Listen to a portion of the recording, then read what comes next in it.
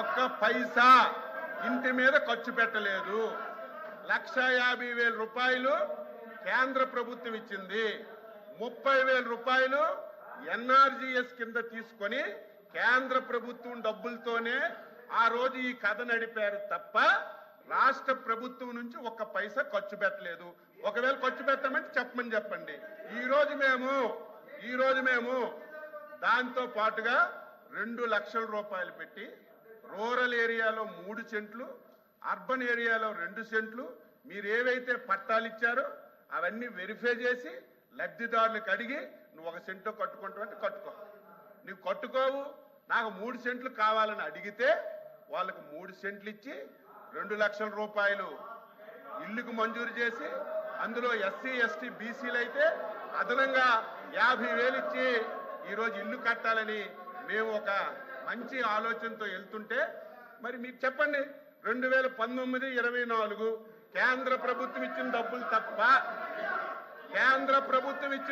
తప్ప మీ రాష్ట్ర ప్రభుత్వం ఒక పైసా ఖర్చు పెట్టమని చెప్పండి. ప్లీజ్ మంత్రి గారు చెప్పండి. ప్లీజ్ మంత్రి గారు కూర్చోండి. ఎల్ఓపి గారు. అధ్యక్ష,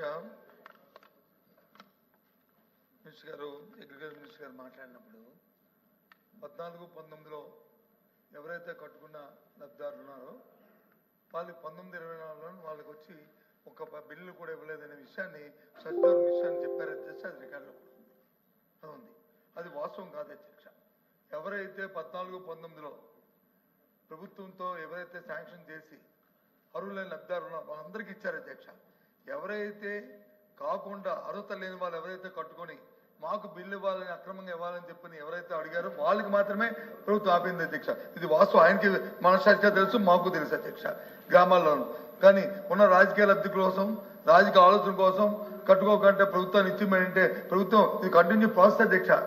ఎవరైనా సరే మీరైనా మేమైనా ఆ రోజు మీరు ఉన్నారు. ఇప్పుడు ఇది హౌసింగ్ మినిస్టర్ గారు చేస్తున్నారు. ఆయన కూడా ఉన్నారు. మనందరం డిస్కస్ చేస్తాం. మన క్యాబినెట్ లో కూడా డిస్కస్ చేస్తాం. ఏది పాప ఉన్నారని అంటే కట్టుకున్న వాళ్ళకి ఇస్తే ఎక్కడికి ఇస్తారు, ఎంతమందికి ఇస్తారు? అది వాస్తవంగా అక్కడ ఉన్న ప్రాక్టికల్ తప్ప ప్రభుత్వం వచ్చి దురుద్దేశంతోనో లేకపోతే రాజకీయ కక్షతోనో నేను చూశాను అధ్యక్ష. తమరు వచ్చి సమయం ఒక 5 నిమిషాలు, ఒక 2 నిమిషాలు నాకు టైం కావాలి అధ్యక్ష. ఎప్పుడు కూడా గత ప్రభుత్వంలో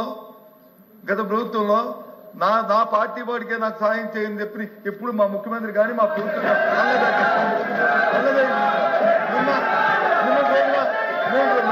సాక్షాత్తు రాజ్యాంగ పదవి ఉండి ముఖ్యమంత్రి గారు మాటలు తీసుకుంటే సిగ్గుపడాలి అధ్యక్ష. సిగ్గుపడాలి. ఈ వ్యవస్థ సిగ్గుపడాలి అధ్యక్ష. లబ్ధిదారుడికి వచ్చి పార్టీ అంట కడతారు అధ్యక్ష. అధ్యక్ష.